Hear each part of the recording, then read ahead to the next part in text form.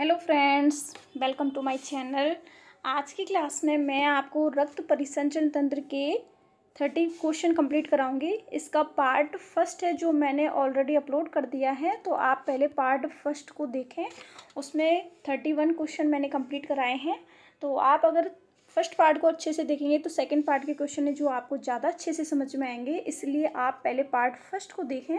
After that आप second part के questions complete करना। और ये जितने भी क्वेश्चन है वो एनसीईआरटी बेस्ड हैं। और राजस्थान जो 3rd ग्रेड है, जो संस्कृत डिपार्टमेंट में वैकेंसी आने वाली है, उसके लिए स्पेशली मैं ये वीडियो बना रही हूँ।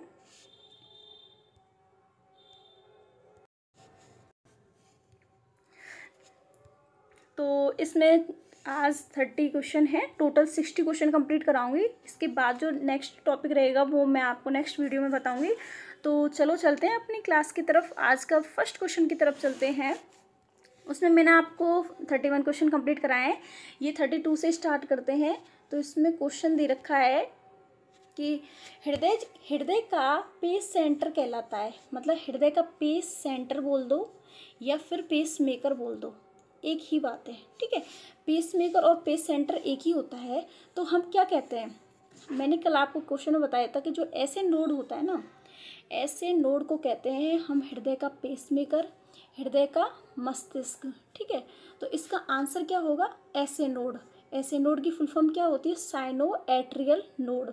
तो ऑप्शन नंबर बी है जो बिल्कुल इसका राइट आंसर है। और एक क्वेश्चन आता है कि जो ऐसे नोड होता है वो कहाँ पाया जाता है। तो ये 4 चैम्बर होते हैं हमारे हृदय के। ये आलिंद होता है, ये निलय होते हैं नीचे वाले, ये लेफ्ट होते हैं, ये राइट वाले होते हैं। तो राइट आलिंद होता है ना, उसमें यहाँ पे ऐसे नोड पाया जाता है, ठीक है। ऐसे नोड से क्या उत्पन्न होते हैं, आवेश उत्पन्न होते हैं। ऐसे नोड के बाद कहाँ जाते हैं, एवी नोड पर। एवी नोड के बाद हिस्वंडल, हिस्वंडल के बाद पुरकिंजी तंतु, और आफ्टर दैट हृदय पेशियाँ। तो इसका जो 32 क्वेश्चन नंबर का आंसर है, जो राइट आंसर है, वो ऑप्शन नंबर बी है, cyano atrial node. Next question number 33 है कि सिराओं में कपाट पाए जाते हैं। मतलब सिराओं में जो कपाट होते हैं वो आवश्यक होते हैं, लेकिन धमनियों में नहीं, क्यों? इसका रीज़न बताना है। तो मैं इसको आपको पहले अच्छे से एक्सप्लेनेशन करती हूँ, सुनो। जैसे ये हमारे क्या है, हृदय। ये हृदय के क्या है, चैम्बर हैं, ठीक है। ये लेफ्ट, ये राइट, ये आलिंद होते हैं, दोनों ऊपर वाले आलिंद और नीचे वाले होते हैं निलय। अब देखो यहाँ होती है हमारी सेल्स, ठीक है। अब सेल से जो ब्लड आएगा वो सबसे पहले आता है दाएं आलिंद में। तो ये कैसा होता है, ये आता है महाशिरा द्वारा। किसके द्वारा आता है, महाशिरा के द्वारा। कोशिकाओं के द्वारा जो रक्त आता है ना, वो महाशिरा के द्वारा आता है। और सर्वप्रथम कहाँ आता है, दाएं आलिंद में। अब दाएं आलिंद में आ गया, ठीक है। अब महाशिरा द्वारा आया है। अब ये यहाँ से जो हृदय में अब रक्त आ गया है, ये कैसा है, अशुद्ध रक्त है, ठीक है। तो अब ये वापस इसी महाशिरा में वापस ना हो, इसीलिए यहाँ पे क्या पाए जाते हैं, कपाट पाए जाते हैं। यहाँ पे कपाट हो जाएगा तो जो हृदय का जो रक्त है ना, वो वापस इसमें नहीं जाएगा, ओके। अब यहाँ से ये हृदय इसमें आएगा दाएं निलय में। दाएं निलय के बाद फुफ्फुस धमनी के द्वारा ये पहुँचा जाता है लंग्स में। किस में पहुँचा जाता है, लंग्स में। अब लंग्स के द्वारा ये फिर आता है बाएं आलिंद में। यहाँ आता है फुफ्फुस शिरा द्वारा। ये क्या होती है, फुफ्फुस शिरा द्वारा। फुफ्फुस शिरा द्वारा जो शुद्ध रक्त होता है वो आता है बाएं आलिंद में, और उसके बाद आता है बाएं निलय में। अब यहाँ पे भी ये क्या है, फुफ्फुस शिरा है, तो यहाँ पर भी क्या होते हैं, कपाट पाए जाते हैं, जिससे कि ये शुद्ध रक्त है जो दाएं आलिंद में आया है वो वापस इसमें नहीं जाए। इसीलिए क्या पाए जाते हैं, शिराओं पर कपाट पाए जाते हैं, धमनियों पर नहीं पाए जाते। शिरा होती हैं 2 प्रकार की होती हैं, एक होती है अग्र महाशिरा और एक होती है पश्चिम महाशिरा, ठीक है। अग्र महाशिरा और पश्चिम महाशिरा। अग्र महाशिरा पे जो कपाट होते हैं उनको बोलते हैं हेवर्शियन कपाट। क्या बोलते हैं, हेवर्शियन कपाट। और जो पश्चिम महाशिरा पर होते हैं उसको बोलते हैं यूस्टेकियन कपाट। क्या बोलते हैं, यूस्टेकियन कपाट। अब पश्चिम महाशिरा कहाँ होती है, अग्र महाशिरा क्या होती है, तो देखो जो यहाँ से आई है ना, इसको बोलते हैं हम, देखो इस क्वेश्चन को मैं आपको दोबारा से बताती हूँ। ये हृदय होते हैं, ठीक है। ये हमारे हृदय के क्या होते हैं, चैम्बर होते हैं। तो यहाँ से जो रक्त आएगा ना, वो महाशिरा के द्वारा आएगा, महाशिरा के द्वारा होता है। महाशिरा के द्वारा सर्वप्रथम दाएं आलिंद में आता है, ठीक है। अब यहाँ पे क्या होते हैं, कपाट होते हैं। कपाट क्यों होते हैं, जिससे कि जो ये अशुद्ध रक्त आया है दाएं आलिंद में वो वापस शिरा में नहीं जाए, ठीक है। अब यहाँ से जो हृदय का जो रक्त होता है वो जाता है फुफ्फुस धमनी के द्वारा, फुफ्फुस धमनी के द्वारा पहुँचाया जाता है कहाँ पे, लंग्स में। कहाँ पहुँचाया जाता है, फेफड़ों में। फेफड़ों के द्वारा जो शुद्ध रक्त होता है ना वो आता है किसके द्वारा, फुफ्फुस धमनी के द्वारा, नहीं सॉरी फुफ्फुस शिरा के द्वारा। फुफ्फुस शिरा के द्वारा होता है जो शुद्ध रक्त आता है वो आता है बाएं आलिंद में, ठीक है, बाएं आलिंद में। अब इसीलिए होता है बाएं आलिंद में आता है ये रक्त। इसमें क्या होती है, ऑक्सीजन सर्वाधिक होती है। अब यहाँ से जो रक्त आया है वो वापस से इस सिरा में नहीं जाए, इसलिए यहाँ पे क्या पाए जाते हैं, कपाट पाए जाते हैं, ठीक है। दोनों जो सिरा होती हैं अग्रमाश्रा और पश्चिमाश्रा, इन दोनों सिरा पर क्या होती है, कपाट होती है। देखो मैं आपको बताती हूँ, दो प्रकार की शिरा होती है, एक होती है अग्रमाश्रा, एक होती है पश्चिमाश्रा। जो अग्रमाश्रा पर कपाट होते हैं उसका नाम होता है हेवर्शियन कपाट। क्या नाम होता है, हेवर्शियन कपाट। और जो पश्चिमाश्रा पर कपाट होते हैं उसको बोलते हैं यूस्टेकियन कपाट। क्या बोलते हैं, यूस्टेकियन कपाट। ठीक है। तो अब हम इसका आंसर देखते हैं कि ऑप्शन कौन सा दे रखा है कि शिराओं में कपाट आवश्यक होते हैं लेकिन धमनियों में नहीं, क्योंकि हृदय से जो रक्त होता है वो शिराओं में वापस नहीं जाए, इसलिए उन पे क्या होते हैं, कपाट पाए जाते हैं। तो आपको कपाट के नाम भी याद रखने हैं कि अग्र और पश्च जो मात्रा होती है उन पर कौन से कपाट होते हैं, हेवर्शियन कपाट एंड यूस्टेकियन कपाट, ठीक है। नेक्स्ट क्वेश्चन की तरफ चलते हैं। क्वेश्चन नंबर 34 है कि हृदय की जो भित्तियां बनी होती हैं, इसमें से बताना है कि जो हार्ट होता है उसकी जो भित्तियां होती हैं वो किससे निर्मित होती हैं। तो इसमें तीन परत होती हैं, एक होती है मायोकार्डियम, एक एपिकार्डियम और एक एंडोकार्डियम। ऑप्शन नंबर डी है जो इसका बिल्कुल राइट आंसर है कि जो हृदय भित्तियां होती हैं वो किससे बनी होती हैं, मायोकार्डियम से भी बनी होती हैं, एपिकार्डियम से और एंडोकार्डियम। तो ऑप्शन नंबर डी है जो 34 का बिल्कुल राइट आंसर है। नेक्स्ट क्वेश्चन नंबर है 35 कि पल्मोनरी धमनी कहाँ से ऑक्सीजन रहित रक्त को बाहर निकालती है। ऑक्सीजन रहित रक्त को कहाँ से बाहर निकालती है, तो ये देखो हृदय के 4 चैम्बर हो गए, ठीक है। अब बोल रहा है ये, अब यहाँ से जो कोशिका है, कोशिका से रक्त सर्वप्रथम कहाँ आएगा, दाएं आलिंद में, ठीक है। ये आता है महाशिरा द्वारा।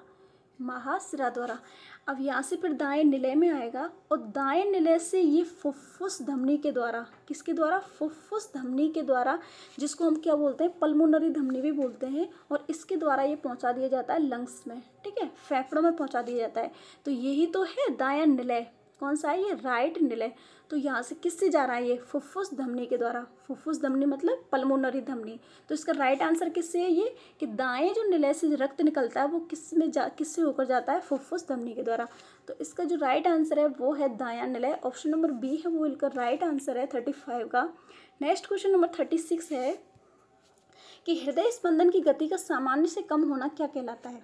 देखो हृदय स्पंदन की जो सामान्य दर होती है वो होती है 72 पर मिनट, ओके। मतलब 1 मिनट में 72 बार हमारा हृदय होता है वो धड़कता है। अब इसमें दो हैं, एक तो होता है इसका सामान्य से कम होना, एक सामान्य से ज़्यादा होना, ठीक है। अब सामान्य से जो कम होती है ना, सामान्य से जो कम होती है उसको बोलते हैं ब्रेडिकार्डिया। क्या बोलते हैं, ब्रेडिकार्डिया मतलब कम होना। और ज़्यादा होती है उसको बोलते हैं टैकीकार्डिया। क्या बोलते हैं, टैकीकार्डिया। तो इसमें क्या पूछा है, कम होना। कम होना मतलब ब्रेडिकार्डिया। तो ऑप्शन नंबर ए है वो इसका बिल्कुल राइट आंसर है कि सामान्य हृदय स्पंदन की गति का सामान्य से कम होना क्या कहलाता है, ब्रेडिकार्डिया। ऑप्शन नंबर ए है बिल्कुल राइट आंसर है। नेक्स्ट क्वेश्चन 37 पूछ रहा है कि रक्त परिसंचरण की खोज किसके द्वारा की गई। तो ये तो फैक्ट क्वेश्चन है कि रक्त परिसंचरण की तंत्र की जो खोज की गई थी वो की थी विलियम हार्वे के द्वारा। तो ऑप्शन नंबर डी है इसका बिल्कुल राइट आंसर है। नेक्स्ट क्वेश्चन है 38 नंबर का कि खुला परिसंचरण तंत्र किस में पाया जाता है। देखो ये दो प्रकार का होता है, एक होता है खुला परिसंचरण, खुला होता है, देखो ये दो प्रकार का होता है, एक होता है खुला परिसंचरण तंत्र और एक होता है बंद वाला। अब खुले के कुछ एग्जाम्पल हैं और बंद के भी हैं। तो खुले में क्या होता है, खुले के एग्जाम्पल होते हैं, सर्वप्रथम होता है कॉकरोच। क्या होता है, कॉकरोच। एक होता है झींगा मछली, एक होता है सीप और एक होता है घोंगा, ठीक है। और झींगा मछली को हम क्या बोलते हैं, प्रॉन। तो ये तो खुले परिसंचरण तंत्र के क्या है एग्जाम्पल। एक होता है बंद परिसंचरण तंत्र, बंद के एग्जाम्पल है मानव, ठीक है। मेढक, मछली और पक्षी, जितने भी स्तनधारी होते हैं वो बंद परिसंचरण तंत्र में आते हैं। और एक होता है इसमें केंचुआ। ठीक है, केंचुआ होता है जो बंद पाया जाता है, और कॉकरोच में क्या पाया जाता है, खुला पाया जाता है। तो इसमें से पूछ रहा है ये क्वेश्चन में कि खुला परिसंचरण तंत्र होता है जो इनमें से किस में पाया जाता है।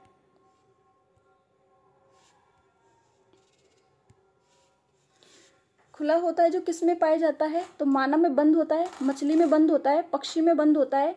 ऑप्शन नंबर सी है इसका राइट आंसर है। जो झींगा मछली होती है, जिसको प्रॉन बोलते हैं, झींगा मछली होता है, उसमें क्या पाया जाता है, खुला परिसंचरण तंत्र।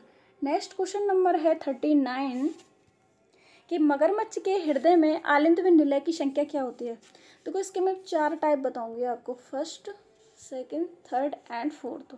एक होती है मछली, ठीक है, एक होता है उभयचर, और एक होता है सरीसृप, सरीसृप मतलब रेप्टाइल्स, और एक होते हैं स्तनधारी मतलब मैमल्स।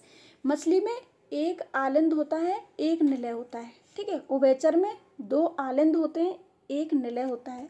सरीसृप में 2 आलिंद होते हैं, 1.5 निलय होता है। और जो स्तनधारी होते हैं उसमें 2 आलिंद होते हैं और 2 निलय होते हैं। ठीक है, तो अब मैंने इसके एग्जाम्पल बताए थे आपको, एक सेकेंड सॉरी, कि जो 4 टाइप के होते हैं ना, तो इसमें पूछ रहा है यहाँ जो सरीसृप होता है ना, सरीसृप में होते हैं 2 आलिंद और 1.5 निलय होता है। लेकिन इसके क्या होते हैं, अपवाद होते हैं। अपवाद कौन कौन से होते हैं, 2 एग्जाम्पल याद रखना है, एक तो मगरमच्छ और एक होता है घड़ियाल। ठीक है, इन दोनों में क्या होते हैं, 2 आलिंद होते हैं और 2 ही निलय होते हैं। क्योंकि ये वैसे तो सरीसृप हैं, लेकिन ये अपवाद हैं, क्योंकि इनमें क्या पाए जाते हैं, 2 आलिंद होते हैं और 2 ही निलय होते हैं। तो क्वेश्चन पूछा है कि मगरमच्छ के हृदय में आलिंद व निलयों की संख्या कितनी होती है। तो ऑप्शन सी है वो बिल्कुल राइट आंसर है कि 2 आलिंद होते हैं और 2 निलय होते हैं। ठीक है, नेक्स्ट क्वेश्चन नंबर है 40 क्वेश्चन बोल रहा है कि एक रोगी में कार्डियक पेसमेकर सामान्य कार्य करना बंद कर देता है। डॉक्टर ने पाया कि इसे एक कृत्रिम पेसमेकर लगाया जाना चाहिए, ये किस स्थान पर लगाया जाना चाहिए। तो ये क्वेश्चन मैंने आपको लास्ट क्लास में कराया था कि जो ऐसे नोड होता है ना, वो हमारे हृदय के यहाँ चैम्बर होता है, कौन सा, राइट आलिंद। जो दायां आलिंद होता है ना, यहाँ पे होता है ऐसे नोड। तो यहीं पे ऐसे नोड को क्या बोलते हैं, हृदय का पेसमेकर या हृदय का मस्तिष्क। ऐसे नोड से ही सर्वप्रथम क्या होते हैं, आवेश प्रारंभ होते हैं। तो जब ऐसे नोड कार्य करना बंद कर देता है, तो जो कृत्रिम लगाया जाता है वो कहाँ लगाया जाएगा, दाएं आलिंद में, और कहाँ पे, ऐसे नोड के पास। तो इसमें ऑप्शन देखते हैं अपन, क्या दे रखा है इसमें ऑप्शन नंबर ए है जो बिल्कुल राइट आंसर है, ऐसे नोड। ठीक है, ऐसे नोड, ऑप्शन नंबर ए है इसका राइट आंसर है। नेक्स्ट क्वेश्चन नंबर है 41 कि मनुष्य के हृदय के किस कक्ष की जो भित्ति होती है वो सर्वाधिक मोटी होती है। देखो ये हृदय है, ठीक है, अब ये सर्वप्रथम जो यहाँ से रक्त आता है ना, ये आता है फेफड़ों से, फेफड़ों से शुद्ध होकर रक्त आता है, ये इसको बोलते हैं बायां निलय। ठीक है, बायां निलय। अब बायां निलय से जो हृदय रक्त होता है ना, वो पूरी बॉडी में पंप किया जाता है हृदय के द्वारा। यहाँ पर होता है जो प्रेशर सर्वाधिक होता है, क्योंकि यहाँ से रक्त होता है जो पूरे शरीर में जाता है। तो इसलिए जो बायां निलय होता है ना, बायां निलय, उसकी भित्ति होती है जो क्या होती है, सर्वाधिक मोटी होती है, क्योंकि यहाँ पे प्रेशर सर्वाधिक होता है। तो इसका आंसर क्या होगा, बायां निलय। ऑप्शन नंबर डी है वो इसका बिल्कुल राइट आंसर है। नेक्स्ट क्वेश्चन नंबर है 42 नंबर का कि सेरोटोनिन रक्त क्या कहलाता है। सेरोटोनिन रक्त क्या कहलाता है, सेरोटोनिन मतलब सिस्टोल। ठीक है, तो इसका मतलब होता है कि रक्त वाहिनियों में जो संकुचन होता है उसमें ये होता है कि सेरोटोनिन रक्त में क्या करता है, रक्त वाहिनियों में क्या करता है, संकुचन करता है, सिस्टोल करता है। नेक्स्ट क्वेश्चन नंबर 43 है कि वसाओं एवं कैल्शियम के जमाव के कारण धमनियों का बंद होना क्या कहलाता है। तो ये एक फैक्चुअल क्वेश्चन है, इसका ऑप्शन नंबर बी है वो बिल्कुल राइट आंसर है, एथेरोस्क्लेरोसिस। एथेरोस्क्लेरोसिस वसाओं एवं कैल्शियम के जमाव के कारण धमनियों का जो बंद हो जाना क्या कहलाता है, ऑप्शन नंबर बी है वो इसका बिल्कुल राइट आंसर है। नेक्स्ट क्वेश्चन नंबर है 44 कि स्फिग्नोमैनोमीटर होता है, उसके द्वारा क्या मापा जाता है। तो ये मैंने लास्ट क्वेश्चन में बताया था कि जो रक्तदाब होता है ना, ब्लड प्रेशर होता है, उसको मापते हैं हम स्फिग्नोमैनोमीटर से। ठीक है। ये दो प्रकार का होता है, एक सिस्टोल होता है, डायस्टोल होता है। सिस्टोल 120 होता है और डायस्टोल होता है 80 होता है। इसका सर्वप्रथम मापन किया था ना रक्त दाब का, वो किया था हेल्स नामक वैज्ञानिक ने। और किस में किया था? घोड़े में किया था। तो ये आपको याद रखना है कि स्फिग्नोमैनोमीटर के द्वारा क्या मापा जाता है। ऑप्शन नंबर सी है इसका राइट आंसर है, रक्त दाब। नेक्स्ट क्वेश्चन नंबर है 45 कि ईसीजी किसकी रिकॉर्डिंग से संबंधित है। ईसीजी की फुल फॉर्म होती है इलेक्ट्रोकार्डियोग्राफ। इलेक्ट्रोकार्डियोग्राफ। तो इसका संबंध होता है, ये किससे संबंधित होता है, किसकी रिकॉर्डिंग करता है? तो ये करता है विभवांतर की। ऑप्शन नंबर सी है, ऑप्शन नंबर बी है वो इसका बिल्कुल राइट आंसर है, विभवांतर की। ठीक है। नेक्स्ट क्वेश्चन नंबर है 46 कि यदि मनुष्य ऊंचाई पर रहता है तो उसमें आरबीसी की संख्या बढ़ जाती है, क्योंकि ऊंचाई पे, मैंने ये पहले क्वेश्चन कराया है पहले फर्स्ट पार्ट में कि आरबीसी की संख्या होती है वो क्या होती है, जब ऊंचाई पे जाते हैं तो आरबीसी की संख्या होती है जो बढ़ती है, लेकिन ऑक्सीजन की संख्या, ऑक्सीजन की जो मात्रा होती है वो कम होती है। ठीक है। तो ऑक्सीजन की मात्रा क्या होगी? कम होगी। तो ऑप्शन नंबर बी है वो इसका राइट आंसर है। और आरबीसी की संख्या में वृद्धि को कहते हैं हम पॉलीसाइथीनिया। क्या बोलते हैं? पॉलीसाइथीनिया। तो ऑप्शन नंबर बी है वो बिल्कुल राइट आंसर है इसका कि आरबीसी की संख्या बढ़ती है क्योंकि ऑक्सीजन की संख्या क्या होती है? कम होती है। ऑक्सीजन की मात्रा होती है वो कैसी होती है? कम हो जाती है। तो ऑप्शन नंबर बी है राइट है। नेक्स्ट क्वेश्चन नंबर 47 है कि इरिथ्रोपोइसिस रक्त निर्माण किसकी कमी से उद्दीप्त होता है। देखो, आरबीसी के जो निर्माण की प्रक्रिया होती है ना वो कहलाती है इरिथ्रोपोइसिस। क्या कहलाती है? इरिथ्रोपोइसिस। अब आरबीसी का निर्माण हो रहा है, मतलब आरबीसी की संख्या होती है जो क्या हो रही है? बढ़ रही है। अब आरबीसी की संख्या बढ़ेगी तो ऑक्सीजन की संख्या क्या होगी? ऑक्सीजन की मात्रा क्या होगी? कम होगी। ऑक्सीजन की मात्रा कम होगी, आरबीसी बढ़ रही है तो ऑक्सीजन कम होगी। तो ये यही पूछ रहा है क्वेश्चन में कि अगर आरबीसी बढ़ रही है मतलब इरिथ्रोपोइसिस हो रहा है तो वो किसकी कमी से उद्दीप्त होता है, मतलब किसकी कमी को दर्शाता है? वो दर्शाता है ऑक्सीजन की कमी को, क्योंकि आरबीसी क्या हो रही है? बढ़ रही है। कमी किस में हो रही है? ऑक्सीजन में।